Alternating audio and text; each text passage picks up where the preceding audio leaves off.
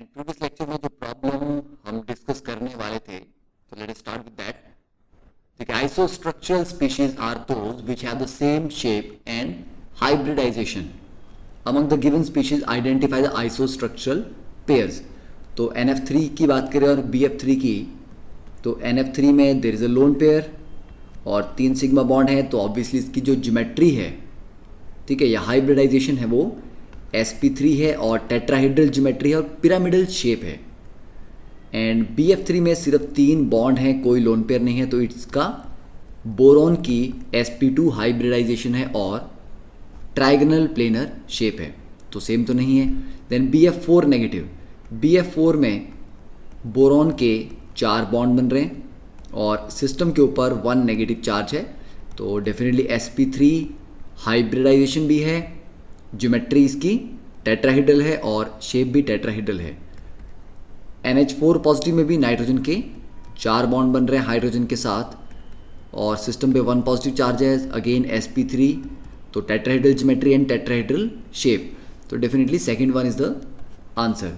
तो BCl3 का structure वही होगा जो BF3 का था. BrCl3 में क्या होता है, ब्रोमीन के 3 बने सिग्मा बॉन्ड और 2 रह जाएंगे लोन पेयर, तो वो sp3d आ जाएगा. ओके, तो that was a simple question. ये सारे NCERT एग्जाम्पलर के क्वेश्चंस हैं जो कि डेफिनेटली आप किसी भी कॉम्पिटिटिव एग्जाम JEE या नीट की प्रिपरेशन कर रहे हो तो एग्जाम्पलर इज अ मस्ट, क्योंकि इससे डायरेक्टली क्वेश्चन बहुत बार पूछे गए हैं. Then question number 32, polarity in a molecule and hence the dipole moment depends primarily on electronegativity of the constituent atoms and shape of a molecule, right? Which of the following has the highest dipole moment? तो carbon dioxide तो हमें पता है कि linear है, तो दोनों dipole moment आपस में कैंसिल हो जाती हैं, तो रिजल्टेंट डाइपोल मोमेंट 0. HI के केस में हाइड्रोजन पे पार्शियल पॉजिटिव आएगा, आयोडीन पे नेगेटिव आएगा, तो एक डाइपोल मोमेंट रहेगी. H2O के केस में डाइपोल मोमेंट, क्योंकि H और O में इलेक्ट्रोनेगेटिविटी डिफरेंस ज़्यादा है, तो एक डाइपोल मोमेंट, फिर दूसरी डाइपोल मोमेंट, फिर 2 लोन पेयर हैं उनके भी डाइपोल मोमेंट, तो नेट डाइपोल मोमेंट H2O का ज़्यादा होगा. SO2 में इस तरह से है और एक लोन पेयर है, तो 2 बॉन्ड है और S और O में उतना ज़्यादा डिफरेंस नहीं है इलेक्ट्रोनेगेटिविटी का जितना H और O में है, और लोन पेयर भी 2 हैं, तो ओवरऑल हाईएस्ट डाइपोल मोमेंट आना चाहिए H2O का. Then question number 33, in PO4 3- the formal charge on the oxygen atom of phosphorus oxygen bond. देखिए, जब हम फॉस्फेट बनाते हैं तो P डबल बॉन्ड O और ये 3 पे डालते हैं हम O नेगेटिव, तो अब अगर हम ये बोलें कि ऑक्सीजन के ऊपर तो सिर्फ 1 नेगेटिव चार्ज आ रहा है, क्योंकि 3 के ऊपर 1 नेगेटिव और 1 न्यूट्रल है, बट रियलिटी में this is not the only structure, क्योंकि चारों बॉन्ड फॉस्फेट के बराबर होते हैं. क्यों? क्योंकि अभी एक बॉन्ड ये ऊपर वाला डबल हुआ है, अगली बार क्या करते हैं हम, बाकी इस वाले को डबल कर देते हैं, बाकी 3 सिंगल, तो इन पे नेगेटिव चार्ज डाल देते हैं. फिर एक और रेजोनेटिंग स्ट्रक्चर में जिसमें ये 2 सिंगल और इसको डबल कर लेते हैं हम. फिर नेक्स्ट रेजोनेटिंग स्ट्रक्चर में इस वाले को डबल कर लेते हैं. तो इवेंचुअली अगर हम देखें तो नेगेटिव चार्ज सभी के ऊपर बराबर बराबर जाएगा, क्योंकि डबल बॉन्ड कभी इस वाले ऑक्सीजन के साथ है. These are Lewis structures. जो एक्चुअल स्ट्रक्चर है हाइब्रिड, वो इन सब का रिजल्टेंट होगा. तो उसमें तो ऐसा नहीं होगा कि एक बॉन्ड डबल है बाकी 3 सिंगल होंगे, कि एक बॉन्ड छोटा होगा और बाकी 3 बॉन्ड बड़े होंगे.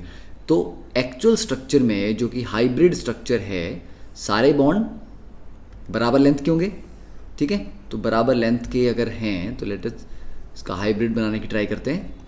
तो फॉस्फोरस ये सिंगल तो रहेगा, ठीक है, सबके साथ सिंगल बॉन्ड रहेगा. ये जो एक डबल बॉन्ड था ये चारों के पास गया, कभी एक के पास है कभी दूसरे के पास है, तो चारों को इक्वल मिलेगा. तो एक बॉन्ड अगर चारों में डिवाइड करना हो तो 1/4 सबको मिलेगा, ठीक है. तो इसका जो बॉन्ड ऑर्डर आएगा दैट इज, सिंगल बॉन्ड तो है, 1/4 एडिशनल मिला, तो 1 + 1/4 दैट इज 5/4 या 1.25, ये आ गया बॉन्ड ऑर्डर. और जो 3 नेगेटिव चार्ज है ये चारों ऑक्सीजन में इक्वली जाएगा, तो हर एक को मिलेगा -3/4. तो ये ध्यान रखना होता है ऐसे केसेस में. तो ऑप्शन देख के भी आंसर का आइडिया मिल रहा था कि यस ये एक ऑप्शन है. तो आप अगर एवरेज भी लेते कि 3 नेगेटिव को चारों ऑक्सीजन पे बराबर अगर हम डिस्ट्रीब्यूट करें तो क्या होगा, तो this will be the formal charge. Then question number 34, और फॉर्मल चार्ज में एक चीज़ और ध्यान रखें कि जो लुईस स्ट्रक्चर्स होते हैं they are not the actual molecule. Resonance के केस में one Lewis structure is not sufficient to explain all the properties of the molecule. तो एक से सारी प्रॉपर्टी एक्सप्लेन नहीं होती, इसलिए ये बोलना कि इस स्ट्रक्चर पे तो -1 ही आ रहा है तो वो आंसर क्यों नहीं है, तो that will be wrong because charge effectively structure पे होता है, एज अ होल होता है, किसी एक एटम के ऊपर नहीं चार्ज बैठा होता। ठीक है, पूरे स्ट्रक्चर के ऊपर होता है चार्ज। ठीक है, क्वेश्चन 34 में number of pi bond and sigma bond. तो पाई तो डायरेक्टली दिख रहे हैं, ये 1 2 3 4 5 6, तो 6 पाई हैं, तो ये तो डायरेक्टली सॉल्व हो गया। ठीक है, तो 19 सिग्मा होंगे, तो सिग्मा देखो 1 2 3 4 5 6 7 8, 8 तो हाइड्रोजन के साथ हैं, बाकी 1 2 6 तो ये हो गए इस रिंग के, 7 8 9 10 11, तो 8 ये और 11 19। Simple question. Then question number 35, HOCO negative, the relation between X, Y and Z in bicarbonate ion with respect to bond length. तो यहाँ अगर हम रेजोनेटिंग स्ट्रक्चर इसके देखें तो क्या क्या हो सकते हैं, इसका नॉलेज आपको अगर थोड़ा सा ऑर्गेनिक का है तो वो आपको काम आएगा, या बाद में स्ट्रक्चर आपको ईजिली समझ आएंगे। ये नेगेटिव चार्ज यहाँ आ जाएगा, डबल बॉन्ड ऊपर जाएगा, तो एक स्ट्रक्चर तो इसका आगे यहाँ पे O पे नेगेटिव और डबल बॉन्ड, ये दोनों स्ट्रक्चर देखने में एग्जैक्टली आइडेंटिकल लग रहे हैं, इसलिए दोनों की कंट्रीब्यूशन या एनर्जी लेवल बराबर होगा। तो कभी ये सिंगल है कभी ये डबल है, तो मतलब दोनों को अगर देखा जाए तो उनका कैरेक्टर सिंगल और डबल के बीच में होगा पर बराबर होगा, राइट, क्योंकि दोनों कंट्रीब्यूट बराबर करेंगे। तो इस वाले केस में ये वाला बॉन्ड जिसको हम मान रहे हैं Z, और यहाँ पर जो Z है यहाँ सिंगल है यहाँ डबल है, फिर जो Y की बात कर रहे हैं Y यहाँ पे डबल है यहाँ पे सिंगल है, और दोनों स्ट्रक्चर एक जैसे हैं तो दोनों की स्टेबिलिटी या एनर्जी भी बराबर होगी, इसीलिए अल्टीमेटली Y और Z दोनों की लेंथ बराबर होगी और होगी 1.5 उसका बॉन्ड ऑर्डर आएगा। और X क्योंकि मेनली इसके साथ भी रेजोनेंस होगी, ऐसा नहीं है इसके साथ नहीं होगी, बट वो स्ट्रक्चर उतना स्टेबल नहीं होगा।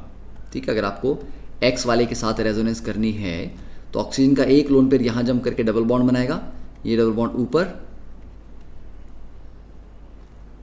ठीक है, तो कुछ इस तरह से, पर इस पे आ जाएगा पॉजिटिव चार्ज, तो ये उतना स्टेबल स्ट्रक्चर नहीं है क्योंकि यहाँ पर एक्स्ट्रा चार्जेस सेपरेट हो गए हैं। तो इसका मतलब हो कि X वाला जो बॉन्ड है उसके पास डबल बॉन्ड कैरेक्टर उतना स्ट्रांग नहीं है, तो उसका सिंगल बॉन्ड कैरेक्टर ज़्यादा है, तो वो सबसे लंबा होगा। तो X की बॉन्ड लेंथ ज़्यादा होगी, Y Z दोनों बराबर होंगे। और ये पार्ट अगर अभी आपको समझ नहीं आया तो जब आप ऑर्गेनिक वाला पार्ट स्टार्ट करोगे रेजोनेंस का, उसके बाद आपको बड़ी इजीली समझ आ जाएगा कि यस इट्स बहुत सिंपल सी चीज़ है। ठीक है, so don't worry about it. ये आपने ऑर्गेनिक में बहुत ज़्यादा चीज़ें इससे रिलेटेड, क्या इससे बहुत ज़्यादा टिपिकल चीज़ें हमने पढ़नी है, बहुत डिटेल में पढ़ना है रेजोनेंस को। देखिए how many bonds are there in, तो टोटल बॉन्ड काउंट कर रहे हैं। तो यहाँ पे पहली चीज़ है कि स्ट्रक्चर को प्रॉपरली ड्रॉ करना, कि बेंजीन में क्या होता है, हर पोजीशन पे जैसे कि अल्टरनेट पे डबल बॉन्ड तो लगे हुए हैं, फिर ये डबल ये, अब हर पोजीशन पे एक एक हाइड्रोजन भी है, यहाँ एक हाइड्रोजन है, यहाँ हाइड्रोजन है, यहाँ हाइड्रोजन है, राइट। तो ये भी गलती से भूलनी नहीं। इस वाले कार्बन पे अगर हम देखें तो 3 बॉन्ड हमें दिख रहे हैं, तो फोर्थ एक हाइड्रोजन होगा। इस वाले पे 3 बॉन्ड दिख रहे हैं तो एक हाइड्रोजन होगा, यहाँ पे 3 हाइड्रोजन होंगी।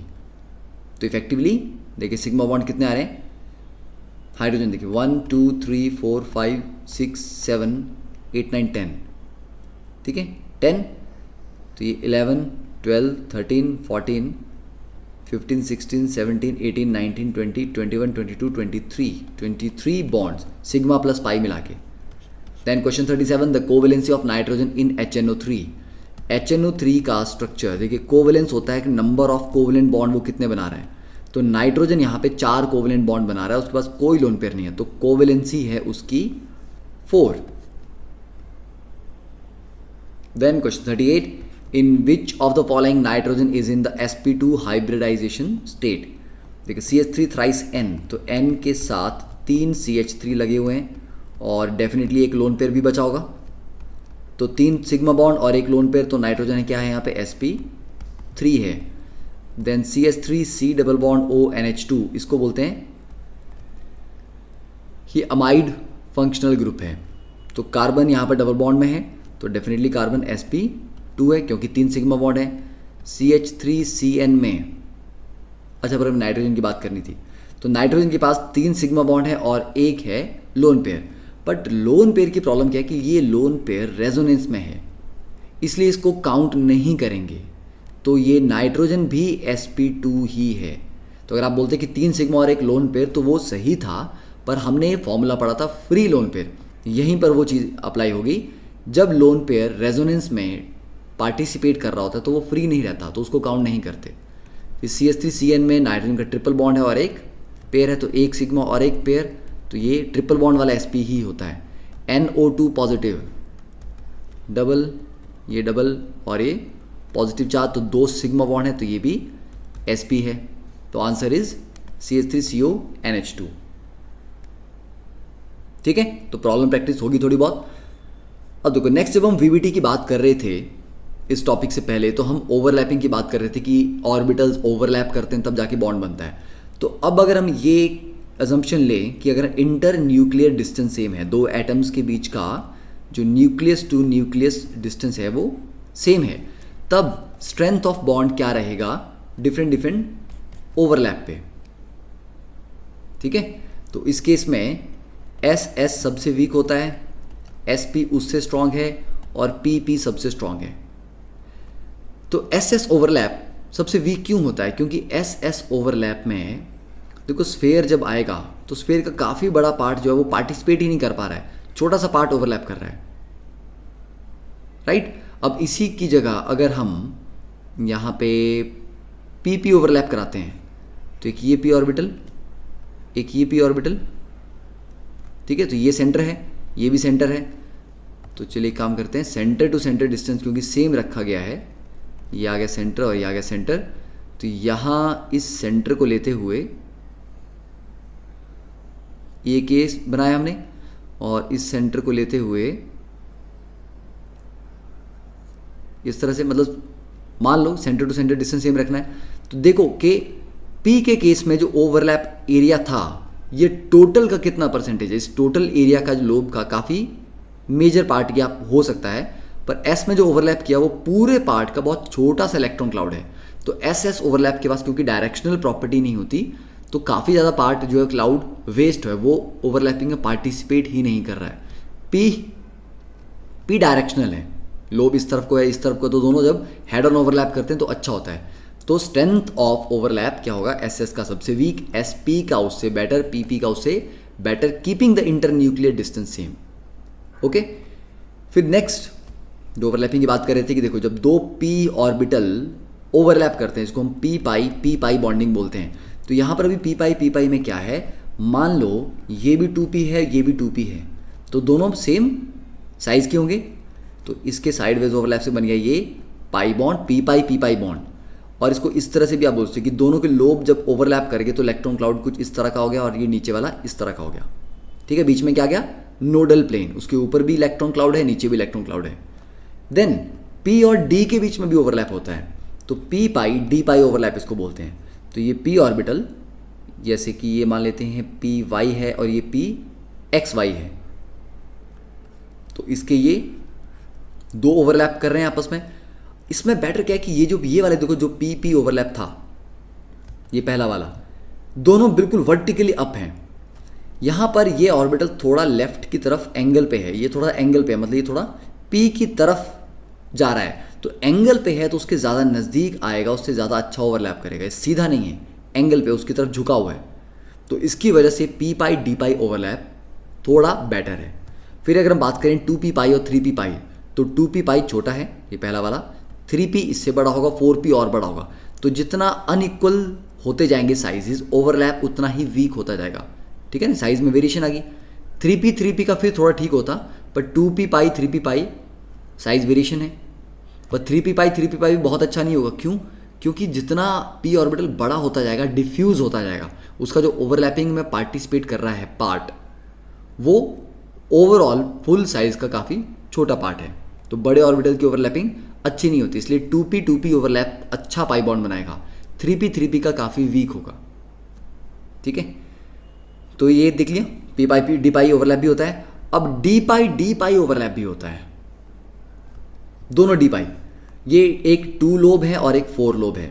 तो जब डी पाई इस तरह से रखे गए हैं, मान लो ये भी डी एक्स वाई है, ये भी डी एक्स वाई है, तो ये 2 लोब इसके और 2 लोब इसके ओवरलैप कर रहे हैं।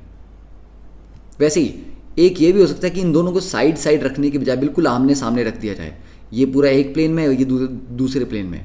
तो ये लेफ्ट वाला लेफ्ट वाले के साथ, ये राइट वाला राइट वाले के साथ, ये नीचे जो लेफ्ट है ये लेफ्ट वाले के साथ और राइट वाला इसके साथ। तो चारों लोब ओवरलैप करते हैं, तो इसको बोलते हैं डेल्टा बॉन्ड।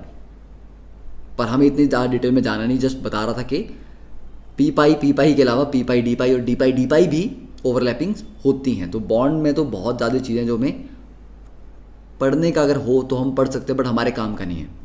तो पाई बॉन्ड की अगर हम स्ट्रेंथ की बात करें कुछ लिमिटेड केसेस में जो हमारे काम के हैं, देन 2p पाई सबसे बेटर है। क्यों? छोटे हैं दोनों। फिर 2p पाई 3d पाई, ठीक है, फिर 2p पाई 3p पाई, फिर 3p पाई 3p पाई। तो 3p पाई अब बहुत अच्छा नहीं, उससे बेटर 2p पाई 3d पाई ही है, या 2p पाई 3p पाई है। 2p ये इतने अच्छे क्यों है? क्योंकि d ऑर्बिटल थोड़ा ज़्यादा डिफ्यूज रहता है।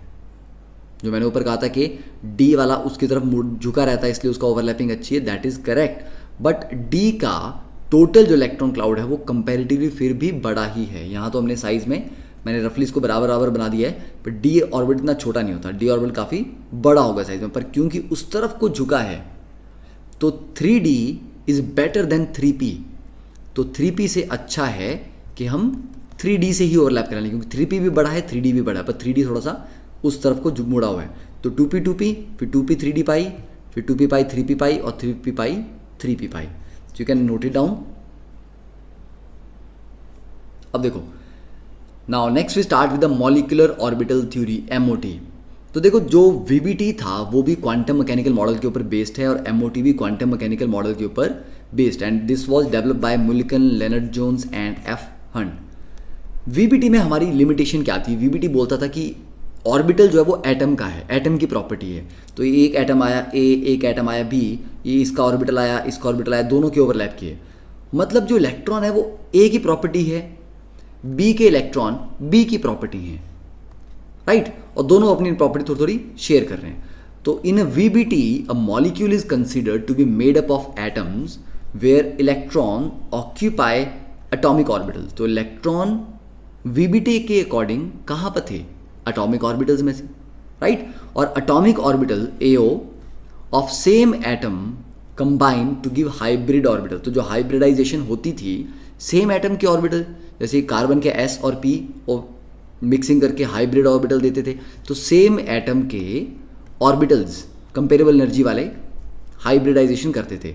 पर MOT में बोलता है कि MOT में जो इलेक्ट्रॉन है they are not the property of the individual atom, ये पूरे मॉलिक्यूल को बिलोंग करते हैं। कि जब दो एटम A और B एक दूसरे को अप्रोच करेंगे तो बोलते हैं कि इलेक्ट्रॉन क्लाउड में जो एक दूसरे डिस्टर्बेंस क्रिएट होती है उससे ये दोनों ऐसे मान लो कि लगभग एक ही स्ट्रक्चर की तरह ये बिहेव करते हैं, मतलब इनमें जो डिस्टर्बेंस आएगी, ठीक है, तो we can say that when the atoms approach each other then their electron जो डिस्ट्रीब्यूशन इलेक्ट्रॉन क्लाउड की that gets disturbed and they get mixed up, और मिक्सअप होने से नया ऑर्बिटल जनरेट होता है, इनको बोलते हैं मॉलिक्यूलर ऑर्बिटल। तो एटॉमिक ऑर्बिटल में तो एटॉमिक ऑर्बिटल ही अलग से कंबाइन करके हाइब्रिड दे रहे थे। मॉलिक्यूलर ऑर्बिटल थ्योरी में दोनों के ऑर्बिटल मिक्स करके, दोनों के ऑर्बिटल, ठीक है, एक के नहीं मिक्स कर रहे हैं, दोनों के ऑर्बिटल मिक्स करके एक नया सेट ऑफ ऑर्बिटल क्रिएट करते हैं जिनको बोलते हैं मॉलिक्यूलर ऑर्बिटल। अब हम एटॉमिक ऑर्बिटल्स की बात नहीं कर रहे हैं। तो अब जो ऑर्बिटल्स हैं they are not property of individual atom but they belong to the entire molecule. तो MOT में इलेक्ट्रॉन जो है वैलेंस इलेक्ट्रॉन, कोर की बात नहीं कर रहे, valence electron are considered to be associated with all the nuclei in the molecule. के वैलेंस इलेक्ट्रॉन, अगर 3 एटम है मॉलिक्यूल में, CO2 है, तो जो वैलेंस इलेक्ट्रॉन है वो कार्बन के इन्फ्लुएंस में भी हैं और दोनों ऑक्सीजन के इन्फ्लुएंस में भी हैं, ठीक है। तो they belong to all the nuclei in the molecule, right. And atomic orbitals from different atoms must combine to form molecular orbital. तो मॉलिक्यूलर ऑर्बिटल्स क्या हैं? जो दो के बीच में बॉन्ड बनना है A और B के बीच में, इसका ऑर्बिटल आया, इसका ऑर्बिटल आया, दोनों के ऑर्बिटल मिक्स करके बना मॉलिक्यूलर ऑर्बिटल। तो समझ आ गया? तो वीबीडी में एक ही एटम के एटॉमिक ऑर्बिटल मिक्स करके हाइब्रिड बनाते थे और फिर दूसरे से ओवरलैप करते थे। इसमें दोनों के एटॉमिक ऑर्बिटल मिक्स करके मॉलिक्यूलर ऑर्बिटल बनाते हैं जो पूरे मॉलिक्यूल की प्रॉपर्टी हैं। तो एमओटी में इलेक्ट्रॉन में be considered as a particle और अ वेव, दोनों। Now the main features of the MOT are, तो first of all you can just note it down. तो देखो मेन फीचर्स क्या है। पहली बात कि electrons in a molecule belong to the molecular orbitals and are under the influence of all nuclei. तो molecular orbital क्या है? पॉलीसेंट्रिक है, ठीक है। जैसे 3 एटम्स हैं मॉलिक्यूल में, तो मॉलिक्यूलर ऑर्बिटल तीनों को बिलोंग करता है। तो वो एक सेंट्रल नहीं है कि हाँ मेरा ये एटम है, मैं इसी का ऑर्बिटल हूँ। एटॉमिक ऑर्बिटल एक एटम का होता है तो वो मोनोसेंट्रिक होता है, उसका सेंटर सिर्फ एक होता है। मॉलिक्यूलर ऑर्बिटल पॉलीसेंट्रिक है। Second, atomic orbitals of comparable energies. तो यहाँ पर भी जैसे हाइब्रिड में था कि कंपेरेबल एनर्जीज होनी चाहिए, तो atomic orbitals of comparable energies and proper symmetry, ठीक है। प्रॉपर सिमिट्री, उनके लोब्स की क्या symmetry, positive negative, same phase या डिफरेंट फेज, तो प्रॉपर सिमिट्री वाले ही कंबाइन करते हैं मॉलिक्यूलर ऑर्बिटल्स बनाने के लिए। एंड जब फिलिंग होगी इलेक्ट्रॉन्स की उन मॉलिक्यूलर ऑर्बिटल्स में, तो वही रूल पॉलीज के 2 से ज़्यादा एक ऑर्बिटल में नहीं रहेंगे। हुंड्स रूल, पहले सिंगल भरेंगे फिर पेयरिंग होगी, और ऑफ बाउर रूल, पहले लोअर एनर्जी फिल होगा उसके बाद हायर एनर्जी। ये तीनों रूल वैसे ही वैलिड हैं जैसे पहले थे। Then number of molecular orbitals formed is equal to number of combining atomic orbital. जो हाइब्रिड में किया था कि 4 अगर मिक्सिंग में पार्टिसिपेट करते हैं तो 4 ही नए हाइब्रिड बनेंगे, तो यहाँ भी अगर 3 एटॉमिक ऑर्बिटल कंबाइन करते हैं तो 3 मॉलिक्यूलर ऑर्बिटल बनेंगे, 2 करते हैं तो 2 बनेंगे, ठीक है। तो when 2 atomic orbitals combine 2 molecular orbitals are formed, ठीक है। वो जो 2 मॉलिक्यूलर ऑर्बिटल बनते हैं उनमें से एक को बोलते हैं बॉन्डिंग मॉलिक्यूलर ऑर्बिटल और एक को बोलते हैं एंटी बॉन्डिंग मॉलिक्यूलर ऑर्बिटल। तो नाम से थोड़ा आपको समझ आ रहा है कि बॉन्डिंग वाला कुछ करेगा और एंटी वाला उसका उल्टा करेगा। तो बॉन्डिंग वाले ज़्यादा स्टेबल होते हैं, उनकी एनर्जी लोअर होती है, और एंटी बॉन्डिंग वाले हायर होते हैं एनर्जी में, इसलिए वो लेस स्टेबल होते हैं, ठीक है। तो क्या याद रखना है? व्हेन 2 एटॉमिक ऑर्बिटल्स, जब 2 एटॉमिक ऑर्बिटल कंबाइन करते हैं तो 2 ही मॉलिक्यूलर ऑर्बिटल बनते हैं। एक बनता है bonding lower energy higher stability, और एक बनता है anti bonding higher energy lower stability, right. अब जैसे कि इलेक्ट्रॉन प्रोबेबिलिटी डिस्ट्रीब्यूशन की हम बात करते थे अराउंड ए न्यूक्लियस, ठीक है। एक बार you can just pause the video, एक बार इसको लिख भी लो और एक बार इसको पढ़ के थोड़ा समझने की ट्राई करो कि इसका एग्जैक्ट मतलब क्या है, ठीक है। फिर इस पर बात स्टार्ट करते हैं, ठीक है। पढ़ लिया? देखो, तो just as the electron probability distribution around the nucleus in an atom is given by an atomic orbital, कि न्यूक्लियस के चारों तरफ इलेक्ट्रॉन कैसे कैसे फैला होगा, कहाँ उसके मिलने की प्रोबेबिलिटी ज़्यादा है कहाँ नहीं है, वो हम किससे डिफाइन करते थे? एटॉमिक ऑर्बिटल से, साई, ठीक है, जो वेव फंक्शन है। The electron probability distribution around a group of nuclei in a molecule is given bye molecule orbital. तो जैसे एटॉमिक ऑर्बिटल एक एटम में न्यूक्लियस के चारों तरफ इलेक्ट्रॉन मिलेगा नहीं मिलेगा कहाँ मिलेगा उसकी बात करता था, वैसे ही एक मॉलिक्यूल में मॉलिक्यूलर ऑर्बिटल वो काम करता है कि एक मॉलिक्यूल में इलेक्ट्रॉन कहाँ मिलेंगे कहाँ नहीं मिलेंगे, क्या उनका डिस्ट्रीब्यूशन होगा, ठीक है, प्रोबेबिलिटी डिस्ट्रीब्यूशन, तो वो मॉलिक्यूलर ऑर्बिटल हैंडल करेगा वो सारी information. Now molecular orbitals have definite energy level, जैसे एटॉमिक थे 1s फिर 2s फिर 2p 3s, उसी तरह यहाँ पर भी डेफिनेट एनर्जी लेवल्स होते हैं और उनकी शेप्स होती हैं, और उनकी शेप किस पे डिपेंड करती हैं कि किन के कॉम्बिनेशन से वो मॉलिक्यूलर ऑर्बिटल बने हुए हैं।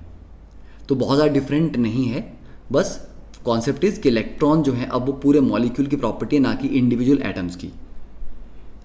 अब इसमें जो नया फंडा इंट्रोड्यूस किया गया दैट वाज कि जो वेव मैकेनिक्स है हमारी, ठीक है, वो बोलती है कि ठीक है ऑर्बिटल्स किससे डिफाइन होते हैं, साई से, ठीक है ना। साई क्या होता है? साई एक इलेक्ट्रॉन वेव का एम्पलीट्यूड को डिफाइन करता है, या आप ये मान लो इलेक्ट्रॉन की वो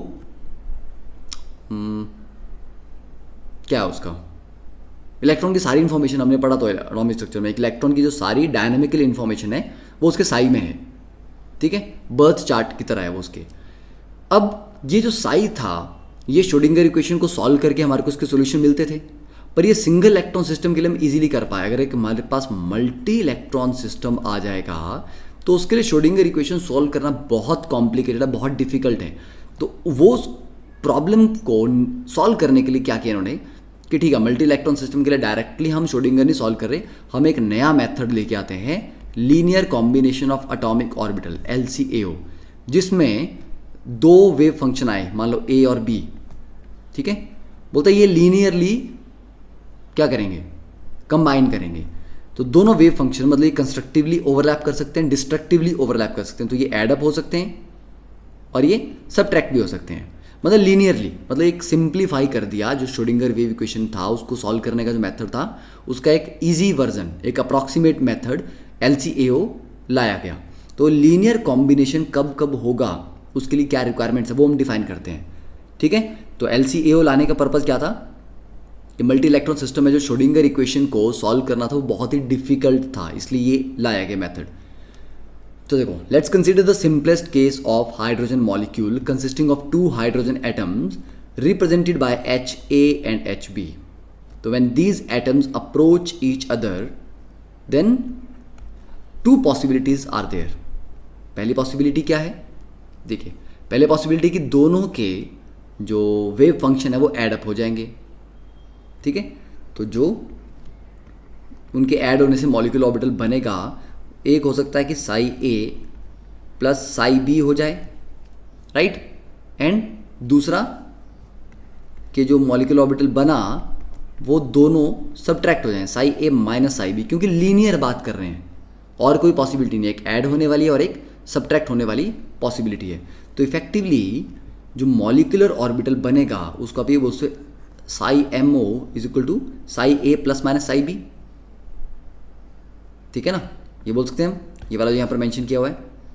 तो प्लस होने का मतलब कि simple addition of wave functions, और माइनस का मतलब subtraction of their wave functions, ठीक है। अब इसको जब हाइड्रोजन के लिए बात की तो जैसे ये एक हाइड्रोजन का एटम आ गया, ये दूसरे हाइड्रोजन का एटम आ गया, मतलब ऑर्बिटल ले लो, मतलब ऑर्बिटल की बात है, ये प्लस है और ये प्लस है, दोनों एड अप हो रहे हैं। और दूसरा केस है ये S और ये S ऑर्बिटल दोनों सबट्रैक्ट हो रहे हैं। तो बोलता है जब ऑब्वियसली अब S में तो लीनियर ही ओवरलैप होता है ना, साइडवेज ओवरलैप तो होता नहीं, पाई जैसा कुछ बनता नहीं है। तो इसके केस में लीनियर ही ओवरलैप होगा, इसलिए यहाँ पे सिग्मा बॉन्ड ही बनेंगे, यहाँ पर भी सिग्मा और पाई बनते हैं, राइट। तो जो मॉलिक्यूलर ऑर्बिटल उसको लिख रहे हैं हम Sai A plus minus psi B, और सिग्मा क्या होता है Sai A plus psi B, sigma star इसको बोलते हैं एंटी बॉन्डिंग मॉलिक्यूलर ऑर्बिटल। मैंने कहा था ना दो बनते हैं, तो जब दोनों ऐड होंगे वेव फंक्शन तो बॉन्डिंग मॉलिक्यूलर ऑर्बिटल, जब सब्ट्रैक्ट होंगे तब बनेगा एंटी बॉन्डिंग, राइट। तो सिग्मा हो गया बॉन्डिंग मॉलिक्यूलर ऑर्बिटल BMO और सिग्मा स्टार हो गया anti bonding molecular orbital ABMO, तो Sai A minus psi B। अब प्रोबेबिलिटी डेंसिटी की अगर हम बात करें कि प्रोबेबिलिटी डेंसिटी फिर क्या होती है और कैसे आती है, तो नॉर्मल एक सिंगल एटम में, हाइड्रोजन में या किसी सिंगल इलेक्ट्रॉन सिस्टम में हम प्रोबेबिलिटी डेंसिटी की बात करते तो हम साई स्क्वायर करते थे, वो एक एटॉमिक ऑर्बिटल था। अब ये मॉलिक्यूलर ऑर्बिटल है तो ऑब्वियसली बात है यहाँ पर भी प्रोबेबिलिटी डेंसिटी के लिए साई मॉलिक्यूलर ऑर्बिटल का स्क्वायर करेंगे हम, ठीक है। तो वो जब बॉन्डिंग वाले केस में आएगा तो आप ये ले लो एक rough approximation, this is not the exact equation, इसमें कुछ कॉन्स्टेंट्स भी आते हैं। तो Sai A plus psi B का स्क्वायर, राइट, तो ये हो जाएगा Sai A square plus Sai B square plus 2 Sai A Sai B, ठीक है ना। अब इसका मतलब क्या हुआ, इसका मतलब ये हुआ कि ये जो मॉलिक्यूलर ऑर्बिटल है साई A स्क्वायर क्या है, Sai A square is a probability density of atom A के लिए आप निकालते थे तो साई A स्क्वायर कर दिया था, B के लिए निकालते थे B स्क्वायर कर दिया था। तो जो मॉलिक्यूलर ऑर्बिटल बना उसका जो टोटल प्रोबेबिलिटी डेंसिटी है वो A की प्रोबेबिलिटी डेंसिटी प्लस B की प्रोबेबिलिटी डेंसिटी प्लस एक एक्स्ट्रा टर्म, मतलब A और B की इंडिविजुअल जो डेंसिटी प्रोबेबिलिटी वैल्यू थी उनसे भी ज़्यादा रहा है। मतलब मॉलिक्यूलर ऑर्बिटल में इलेक्ट्रॉन के मिलने के चांस क्या हैं, ज़्यादा हैं, क्योंकि ए की प्रोबेबिलिटी प्लस बी की प्रोबेबिलिटी से भी ज़्यादा है, ये एक्स्ट्रा फैक्टर ऐड हो रहा है. This is called overlap integral. जितनी इसकी वैल्यू ज़्यादा होगी, इसमें कुछ कॉन्स्टेंट्स भी आते हैं, ठीक है, तो जितनी इस ओवरलैप इंटीग्रल की वैल्यू ज़्यादा होगी मतलब उतना ही ओवरऑल प्रोबेबिलिटी डेंसिटी ज़्यादा है. मतलब इलेक्ट्रॉन के मॉलिक्यूलर ऑर्बिटल में मिलने के चांस उतने ही ज़्यादा हैं. ठीक है. अब एंटी बॉन्डिंग वाले के लिए लो, तो उसके क्या हो जाएगा, वो जो साई स्टार एमओ है मॉलिक्यूलर ऑर्बिटल एंटी बॉन्डिंग वाला, उसके केस में भी बोलते हैं psi A minus psi B का स्क्वायर, तो that is psi A square plus psi B square minus 2 psi A psi B. ठीक है, एक्स प्लस वाई का स्क्वायर का फॉर्मूला जो लगाया हमने. अब बोलता कि इस केस में एंटी बॉन्डिंग वाले केस में, तो एंटी बॉन्डिंग मॉलिक्यूलर ऑर्बिटल में मिलने के चांस क्या हैं, ए की प्रोबेबिलिटी प्लस बी की प्रोबेबिलिटी माइनस इतना. मतलब एंटी बॉन्डिंग मॉलिक्यूलर ऑर्बिटल में प्रोबेबिलिटी डेंसिटी दोनों के sum of probability density of isolated atoms से भी इतना अमाउंट से कम है. मतलब एंटी बॉन्डिंग मॉलिक्यूलर ऑर्बिटल में चांसेस नहीं है कि वो मिलेगा. ठीक है, तो इसलिए एंटी बॉन्डिंग में इलेक्ट्रॉन के मिलने के चांस सबसे कम होते हैं, बॉन्डिंग में सबसे ज़्यादा होते हैं. तो समझ आ गया. तो ये ओवरलैप इंटीग्रल, इसकी जितनी ज़्यादा वैल्यू होगी बॉन्ड उतना ही स्ट्रांग बनेगा, क्योंकि उतने ही ज़्यादा उसमें इलेक्ट्रॉन के मिलने के चांसेस बढ़ जाएंगे. Okay, so first just pause the video here and note it down. ठीक है, अब देखो नेक्स्ट. तो जब दो s ऑर्बिटल हाइड्रोजन का केस हम ले रहे थे, इन फेज होंगे तो प्लस वाले के साथ प्लस वाला ही ओवरलैप करेगा. ठीक है, तो अब जो हमारी ये इंटरन्यूक्लियर एक्सिस आ गई, ये एक का न्यूक्लियस, ये दूसरे का न्यूक्लियस, और क्योंकि दोनों सेम फेज में हैं तो इलेक्ट्रॉन क्लाउड इनका एडअप हो जाएगा.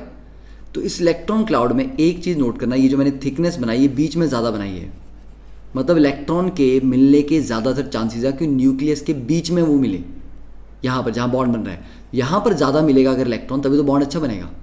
अगर इलेक्ट्रॉन इधर इधर है, जहाँ पर होनी चाहिए कहाँ होनी चाहिए थी, अगर अच्छा बॉन्ड बनना है तो इलेक्ट्रॉन तो ए और बी के बीच में रहने चाहिए ना. तो जितना इलेक्ट्रॉन क्लाउड बीच का ज़्यादा होगा उतना ही बॉन्ड अच्छा और स्ट्रांग बनेगा. तो ये इन फेज, तो this is bonding molecular orbital. कौन सा, सिग्मा, क्योंकि एस में पाई बनता ही नहीं. देन अगर आउट ऑफ फेज है, एक का प्लस फेज और एक का माइनस है, आउट ऑफ फेज में क्या हो जाएगा, आउट ऑफ फेज में ये न्यूक्लियस दोनों के बीच में इलेक्ट्रॉन डेंसिटी नहीं है, बोलता है कि बीच में नहीं मिलेगा, इधर भी मिल जाएगा, लेफ्ट में मिल जाएगा, राइट में मिल जाएगा. तो ये इलेक्ट्रॉन क्लाउड एक तरह से आप समझ लो कि रिपेल जैसे करना स्टार्ट कर देंगे. तो ये कुछ इस तरह का हो जाएगा, ये कुछ इस तरह का हो जाएगा. ठीक है, ये प्लस ये माइनस, बीच में नहीं मिलेगा इलेक्ट्रॉन. तो ये बन गया एंटी बॉन्डिंग, मतलब बॉन्डिंग के ये बिल्कुल अगेंस्ट है कि ये बॉन्डिंग में नहीं आएंगे, तो हम जो इलेक्ट्रॉन है बोले वो बीच में नहीं रहेंगे. ये हो गया सिग्मा स्टार. समझ आया. तो जब बॉन्ड में बीच में इलेक्ट्रॉन आ ही नहीं रहे, ए और बी के बीच में, सेंटर टू सेंटर के बीच में है, तो वो बॉन्ड कहाँ से बनेगा, अच्छा बिल्कुल नहीं बनेगा. तो this is the reason, this happens when out of phase और destructive overlap of two wave function takes place.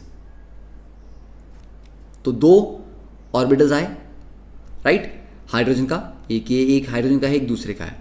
तो लेट अस से ये एच ए है and this is H B. एक इलेक्ट्रॉन इसके पास था, एक इलेक्ट्रॉन इसके पास था, दोनों ऑपोजिट स्पिन में हमने लिए हुए हैं. तो रिजल्टेंट क्या बना, जब दो एटॉमिक ऑर्बिटल कंबाइन किए तो दो नए मॉलिक्यूलर ऑर्बिटल बने. तो ये जो रेफरेंस एनर्जी लेवल है, ठीक है, ये एनर्जी लेवल जो है इससे एक नीचे चला गया. तो जो दो बॉन्डिंग मॉलिक्यूलर ऑर्बिटल बने, एक नीचे गया, इसको बोल दिया बॉन्डिंग मॉलिक्यूलर ऑर्बिटल. और जो ऊपर चला गया एनर्जी में, वो आ गया एंटी बॉन्डिंग मॉलिक्यूलर ऑर्बिटल. अब फीलिंग कैसी होगी, दो इलेक्ट्रॉन थे तो लोएस्ट एनर्जी पहले भरा जाएगा, तो दो इलेक्ट्रॉन यहाँ भर दिए हमने, तो एंटी बॉन्डिंग में कुछ नहीं गया, राइट. अगर एक और होता, तीन होते, यहाँ दो होते, यहाँ एक होता, तो तीसरा इलेक्ट्रॉन फिर ऊपर जाता. तो वो of bound rule he follow कर रहे हैं फीलिंग के लिए.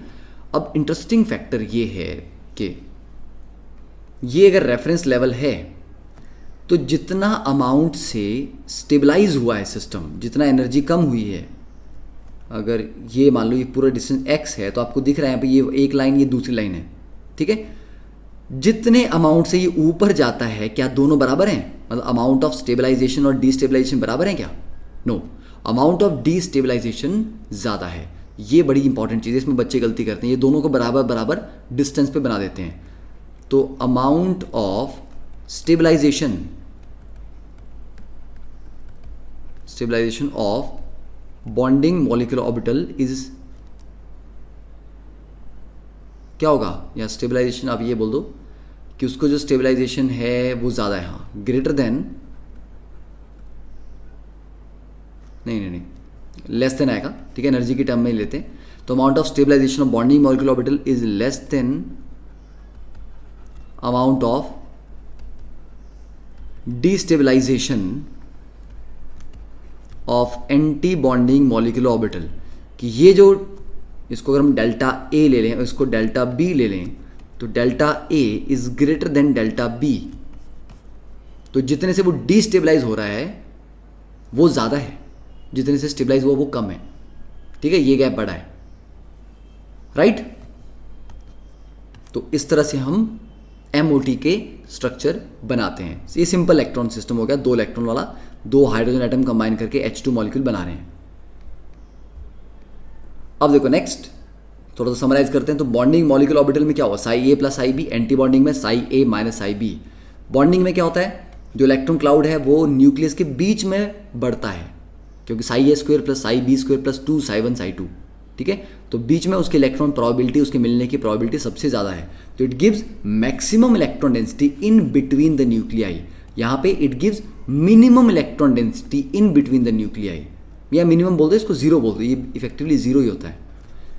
फिर बॉन्डिंग के लिए क्या होता है? ऑर्बिटल ऑफ सेम साइन, जो लोब्स ओवरलैप करेंगे उनके सेम साइन होने चाहिए। एंटी बॉन्डिंग के लिए ऑपोजिट साइन के लोब्स ओवरलैप करते हैं। बॉन्डिंग में कंस्ट्रक्टिव इंटरफेरेंस है, एंटी बॉन्डिंग में डिस्ट्रक्टिव इंटरफेरेंस है। Bonding lower in energy, anti bonding higher in energy. तो ये हो गया ब्रीफली डिफरेंस।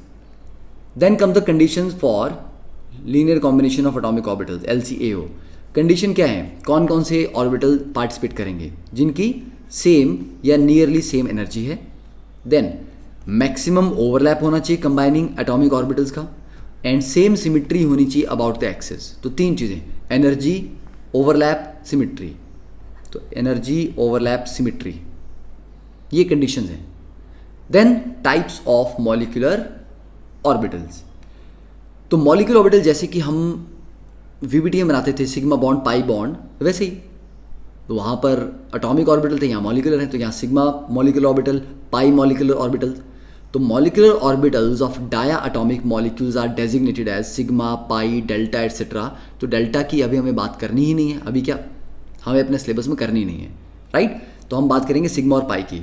तो sigma molecular orbital they are symmetrical about the bond axis, pi they are not symmetrical about the bond axis. तो ये diagram जब इसका आएगा तो उसमें हम देखेंगे भी कि कैसे ये सिमिट्रिकल या हैं या सिमिट्रिकल नहीं है। देखो अब टाइप्स ऑफ मॉलिक्यूलर ऑर्बिटल में हमारे पास sigma molecular orbital, sigma bond कैसे बनता था? हेड ऑन ओवरलैप से या एक्सियल ओवरलैप से। तो एक्सियल ओवरलैप किस किस का करवाते थे हम VBT में? S और S का भी होता था, S और P का भी होता था, और P और P का भी होता था। पाई बॉन्ड बनाने के लिए हमें P और P चाहिए थे, या P और D चाहिए थे, या D और D चाहिए थे, राइट। तो अभी हम पाई बॉन्ड में यहाँ पे D और D में या P और D में तो जनरली नहीं जाएंगे। मेन हम देखते हैं कि जो P और P से साइडवेज ओवरलैप से पाई बॉन्ड बनता था। तो सेम फंडा, axial overlap sigma bond, sideways overlap pi bond. तो जब 2 1s के orbital out of phase overlap करते हैं, जैसे यहाँ पर ये 1s के orbital out of phase overlap कर रहे हैं, तो हो क्या रहा है? ये प्लस और प्लस साइन का था पर वेव फंक्शन सब्ट्रैक्ट हो गए। तो न्यूक्लियस, ये एक न्यूक्लियस है, ये दूसरा है, न्यूक्लियस के बीच में नोडल प्लेन आ गया, मतलब इलेक्ट्रॉन क्लाउड बीच में टिक ही नहीं रहा है। इधर को शिफ्ट हो गया और ये वाला इधर को शिफ्ट हो गया, बीच में जीरो हो गया। तो इस तरह से शेप आती है। पर जब वो इन फेज ओवरलैप करते हैं, मतलब कंस्ट्रक्टिव इंटरफेरेंस होती है, तो दोनों प्लस ऐड होकर बड़ा बन जाता है। यहाँ पर एक्चुअली बीच में नहीं रहेगा कुछ भी, ये एक न्यूक्लियस और ये दूसरा है एटम का न्यूक्लियस, ठीक है। ये नीचे डायग्राम है, जब दोनों आउट ऑफ फेज ओवरलैप किए थे तो न्यूक्लियस के बीच में कुछ नहीं रहा, तो ये जो क्लाउड था ये पीछे की तरफ ज़्यादा शिफ्ट हो गया और यहाँ फ्रंट में कम रह गया।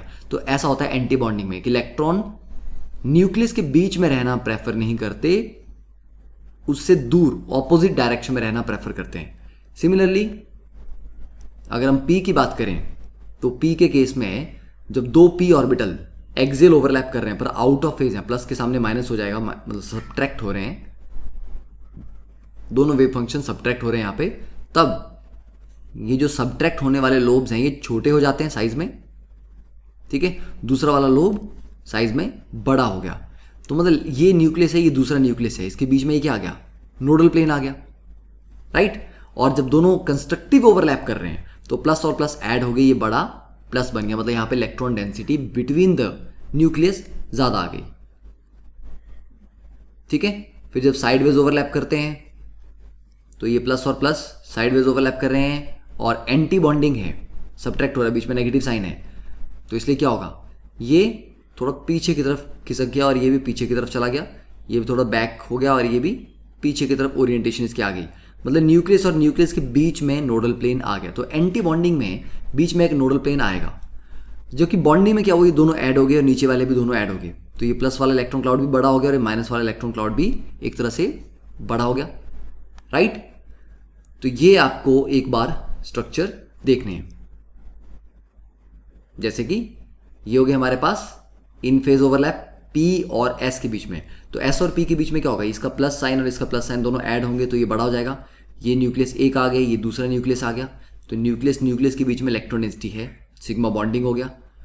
जब ये दोनों डिस्ट्रक्टिव ओवरलैप में आएंगे आउट ऑफ फेज, तो आउट ऑफ फेज में ये माइनस और प्लस, ये माइनस वाला लोब छोटा हो जाएगा और ये प्लस वाला पीछे की तरफ चला जाएगा थोड़ा, न्यूक्लियस न्यूक्लियस के बीच में इलेक्ट्रॉन डेंसिटी एग्जैक्टली बीच में जीरो, और ये बड़ा वाला लोब पॉजिटिव वाला लोब है, ये बड़ा हो गया, तो ये सिग्मा एंटी बॉन्डिंग ओवरलैप था। फिर अलॉन्ग द एक्सिस पाई, ये तो सॉरी अलॉन्ग द एक्सिस में सिग्मा में P और P का ओवरलैप, तो अभी ऊपर देखा हमने, तो ये बीच में ऐड हो गए दोनों, और जब ये आउट ऑफ फेज थे तो ये दोनों लोब छोटे हो गए, पीछे वाला लोब बड़ा हो गया। तो ये आपको एक बार ड्रॉ करके ध्यान से बैठ के प्रैक्टिस करनी पड़ेगी, तभी आपको समझ आएगा, इतनी जल्दी में नहीं आएगा। तो you can pause the video here and understand कि हाँ किस तरह के साइन हैं और फाइनल डायग्राम कैसा बना, तो लिख के ड्रॉ करके उसको एक बार प्रैक्टिस करो, ठीक है। उसी तरह अब ये तो हो गया सिग्मा बॉन्डिंग कि एक्सियल ओवरलैप हम यहाँ पे करवा रहे हैं। सिमिलरली हम यहाँ पर पाई बॉन्डिंग भी करवा सकते हैं। तो पाई में साइडवेज ओवरलैप करना है, तो दो p ऑर्बिटल अगर साइडवेज ओवरलैप करेंगे और इन फेज करेंगे तो ये प्लस और प्लस दोनों लोब मिलके, ये बड़ा प्लस, ठीक है, और ये बड़ा माइनस, मतलब ये न्यूक्लियस है और ये न्यूक्लियस है, इसके ऊपर एक इलेक्ट्रॉन क्लाउड है, नीचे इलेक्ट्रॉन क्लाउड है, और ये बीच में आ गया नोडल प्लेन। तो पाई में जो नोडल प्लेन है वो along the inter nuclear axis आ रहा है, तो ये पाई का बॉन्डिंग ओवरलैप है। और अगर आउट ऑफ फेज करते हैं तो पॉजिटिव लोब के सामने नेगेटिव होगा, नीचे नेगेटिव के सामने पॉजिटिव होगा, तो ये दोनों एक तरह से न्यूक्लियस से बाहर की तरफ, ठीक है, दूसरी तरफ को ये हो जाएंगे, तो इलेक्ट्रॉन क्लाउड इस तरह शिफ्ट हो जाएगा, ये इस तरह शिफ्ट हो गया, तो बीच में नोडल प्लेन है। अब इसमें दो नोडल प्लेन है, ये वाला भी नोडल प्लेन है और ये वाला भी नोडल प्लेन है। ये वाला इसलिए क्योंकि रियलिटी में जो p ऑर्बिटल होते हैं वो कभी भी दोनों लोब आपस में टच नहीं कर रहे होते, ठीक है, तो वो इस तरह से होंगे और ये कुछ इस तरह से होंगे, तो ये वाला भी एक नोडल प्लेन आ जाएगा और ये वाला भी एक नोडल प्लेन आ जाएगा। तो पाई स्टार में कितने नोडल प्लेन आए, दो नोडल प्लेन। तो ये नोडल प्लेन वाला भी क्वेश्चन आ सकता है एग्जाम में कि किस ऑर्बिटल ओवरलैपिंग में या एमओटी में कौन कौन से ओवरलैप है जिनमें दो नोडल प्लेन आते हैं, या चार आपको ऑप्शन दे दी, इनमें से मैक्सिमम नोडल प्लेन्स किस में आ रहे हैं। तो सभी स्ट्रक्चर आपको याद होने चाहिए ड्रॉ करके, तभी आप बता पाएंगे। Plus minus minus plus. उसके बाद P और D का भी कॉम्बिनेशन हो सकता है। P और D में जैसे ये यहाँ पर ओवरलैपिंग कर रहे हैं साइडवेज, तो प्लस लोब के साथ इसका पॉजिटिव लोब, ठीक है, तो ये प्लस और प्लस दोनों मिलकर बड़े हो गए और ये नेगेटिव लोब थोड़ा छोटा होगा, तो ये दो न्यूक्लियस हो गए और इसमें नोडल प्लेन सिर्फ यही है, this is the nodal plane. And plus और minus out of phase overlap करेंगे, एंटी बॉन्डिंग, तो एंटी बॉन्डिंग में ये भी दोनों एडअप नहीं होंगे, ये भी पीछे की तरफ होगा, ये भी थोड़ा सा छोटा हो जाएगा यहाँ पे, और ये बाद दूसरा लोब बड़ा हो जाएगा। तो न्यूक्लियस न्यूक्लियस के बीच में भी नोडल प्लेन एंड ये वाला भी एक नोडल प्लेन। तो दो नोडल प्लेन आ गए यहाँ पे पाई एंटी बॉन्डिंग ओवरलैप में, करेक्ट। तो इस तरह से सिग्मा और पाई मॉलिक्यूलर ऑर्बिटल हम डिफाइन करते हैं। तो सिग्मा में भी बॉन्डिंग और एंटी बॉन्डिंग, पाई में भी बॉन्डिंग और एंटी बॉन्डिंग। तो इन डायग्राम में भी आपको बस यही दिखाया जा रहा है एनसीईआरटी में, एनसीईआरटी के जो डायग्राम है कि किस तरह से बॉन्डिंग और एंटी बॉन्डिंग में उनकी शेप चेंज होती है। ठीक है, जैसे यहाँ पर ये दोनों P orbital out of phase overlap कर रहे हैं। तो देखिए एक लोब छोटा हो गया, ये भी छोटा हो गया, दूसरा लोब बड़ा हो गया। तो न्यूक्लियस के बीच में ये जो ब्लैक कलर की लाइन है ये बेसिकली नोडल प्लेन को रिप्रेजेंट कर रही है। जब दोनों पी के प्लस और प्लस ओवरलैप हुए, मतलब इन फेज बॉन्डिंग ओवरलैप हुआ, तो ये बीच में बड़ा हो गया। तो न्यूक्लियस के बीच में इलेक्ट्रॉन क्लाउड ज़्यादा हो गया, राइट। उसी तरह से यहाँ पे ये पाई है, तो पाई के केस में साइड वेज ओवरलैप, ये प्लस है और ये माइनस कर रहे हैं, मतलब दोनों वेव फंक्शंस को। तो यहाँ पे आउट ऑफ फेज है, तो ये इस तरह से लोब की डायरेक्शन चेंज हो गई। यहाँ पर ये दोनों ऐड हो गए। तो बस ये समझ के एक बार ड्रॉ करके प्रैक्टिस कर लेना। फिर नेक्स्ट बात करते हैं कि जब इनके बीच में बॉन्डिंग एंटी बॉन्डिंग इस तरह का ओवरलैप होगा, तो उससे हमने तो बोल दिया कि न्यूक्लियस के बीच में इलेक्ट्रॉन क्लाउड बड़ा हो गया और एक बार बीच में जीरो हो गया था। इसको ग्राफिकली अगर हमें समझना है तो दिस इज द डायग्राम। तो यहाँ पे जैसे ये 1s ऑर्बिटल है, उसके लिए वेव फंक्शन है। तो ये 1s का वेव फंक्शन आ गया। तो न्यूक्लियस के पास 1s में इलेक्ट्रॉन क्लाउड मैक्सिमम होता है, फिर उसके बाद कम होता जाता है। वैसे ये दूसरे हाइड्रोजन के लिए है। तो दोनों हाइड्रोजन कंबाइन करके H2 बना रहे हैं, राइट। तो ये दोनों के वेव फंक्शंस हैं। अब कंस्ट्रक्टिव इंटरफेरेंस जब हुई तो वेव फंक्शन इस तरह से ऐड हुए और ये इस तरह का डायग्राम आया, ये वाला। तो ये आया फॉर कंस्ट्रक्टिव इंटरफेरेंस।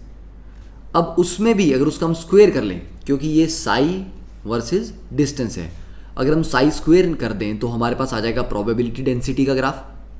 तो इसी ग्राफ में अगर हम साई स्क्वायर कर लें तो ये कुछ इस तरह से होता है, ये थोड़ा सा नीचे जाता है।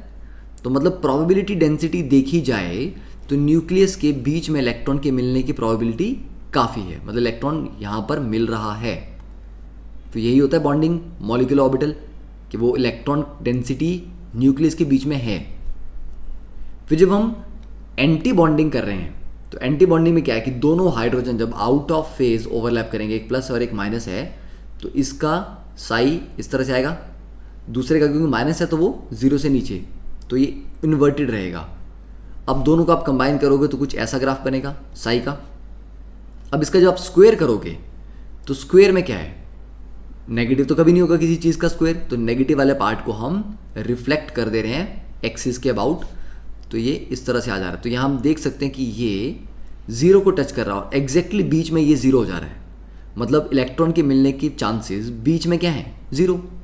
उससे लेफ्ट में जाओ तब भी इलेक्ट्रॉन मिलता है, राइट में जाओ तब भी मिलता है, मतलब न्यूक्लियस के बीच में नहीं मिलता। यहाँ आ गया नोडल प्लेन, तो इधर भी मिल रहा है इस एरिया में और इस एरिया में भी या वॉल्यूम में भी मिल रहा है। तो ये ग्राफ से हमें अच्छे से क्लैरिटी आ जाती है कि हाँ इलेक्ट्रॉन डेंसिटी कहाँ पर है और कहाँ पर नहीं है। ठीक है, तो you can pause the video and एक बार ध्यान से देख के समझ सकते हो इन ग्राफ को। फिर उसके बाद जो ऑर्डर ऑफ एनर्जी है, जैसे एटॉमिक स्ट्रक्चर में आप पढ़ते थे कि 1s होता था, उसके बाद 2s की एनर्जी, देन 2p की, ठीक है, फिर 3s, फिर 3p। तो इस तरह से एनर्जी इंक्रीजिंग ऑर्डर में चलती थी। ऑफ बाउ रूल में सबसे पहले 1s को भरते थे, फिर हम 2s को भरते थे, फिर 2p को भरते थे, राइट। अब यहाँ पे क्या है, जो मॉलिक्यूलर ऑर्बिटल्स हैं इनकी भी एनर्जीज हैं, कोई लोअर एनर्जी का है, कोई हायर एनर्जी का है। तो इनकी जो एनर्जी का ऑर्डर है it has been determined mainly from the spectroscopic data, मतलब ये सारा एक्सपेरिमेंटल डेटा के अकॉर्डिंग एनर्जीज का ऑर्डर लिखा गया है। और simple homonuclear di atomic molecule, homonuclear मतलब जहाँ पर दोनों एटम सेम है, दोनों न्यूक्लियस सेम है, जैसे कि Cl2, H2, N2, O2, F2, ये हो गए homonuclear di atomic molecules.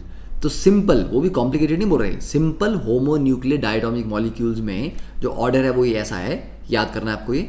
Sigma 1s की एनर्जी सबसे कम है, मतलब बॉन्डिंग, सिग्मा बॉन्डिंग 1s की सबसे कम, फिर सिग्मा स्टार 1s, उससे ऊपर आता है एनर्जी में सिग्मा 2s, फिर सिग्मा स्टार 2s, फिर सिग्मा 2px। इसको कभी कभी बुक्स में 2pz भी लिखा होता है। ये x लिखने का मतलब ये है कि सिग्मा बॉन्ड किसके लॉन्ग बनते हैं, इंटर न्यूक्लियर एक्सिस के अलॉन्ग ओवरलैप से। अगर हमने एक्स एक्सिस को इंटर न्यूक्लियर एक्सिस ले रखा है तो हम सिग्मा 2px लेंगे। अगर हमने जेड एक्सिस को इंटर न्यूक्लियर एक्सिस ले रखा है, जैसे कि आप बोलते हो कि ये जो सिग्मा बॉन्ड बना ये जेड एक्सिस पे बन रहा है, तो ये pz और ये pz होगा, तो ये सिग्मा 2pz आएगा। ठीक है, तो डोंट वरी, ये सिग्मा 2px भी हो सकता है, y भी हो सकता है, z भी हो सकता है। काफ़ी बुक्स में आपको z मिल सकता है। तो सिग्मा 2px, तो px अगर सिग्मा बॉन्डिंग में चला गया तो py और pz किस में जाएंगे? पाई बॉन्डिंग में। तो सिग्मा 2px के बाद पाई 2py एंड पाई 2pz, इन दोनों को इकट्ठे इसलिए लिखा गया कि both are same energy level पे हैं। ठीक है, तो ये दोनों सेम एनर्जी लेवल पे होंगे। तो आप ऐसे समझ लो, ये एक डब्बा हो गया, 2 इलेक्ट्रॉन इसमें आ सकते हैं, 2 इलेक्ट्रॉन इसमें आ सकते हैं, फिर 2 इसमें आ सकते हैं, 2 इसमें और 2 इसमें। यहाँ पे 2 डब्बे हैं इकट्ठे, तो 1 फिर 2 फिर 3 फिर 4। तो इस तरह से फिलिंग करनी है हुंड्स रूल को फॉलो करते हुए। फिर उसके बाद pi star 2py pi star 2pz, मतलब एंटी बॉन्डिंग पाई, और फिर आएगा सिग्मा स्टार 2px या y या z जो भी है।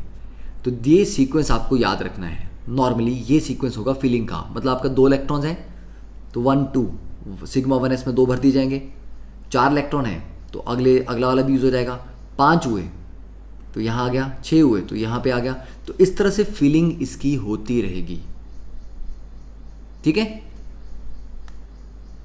तो you can just pause the video, एक बार इसको लिख लो, फिर हम नेक्स्ट डायग्राम इसको देख भी थे, एनर्जी की फिलिंग कैसे करनी है।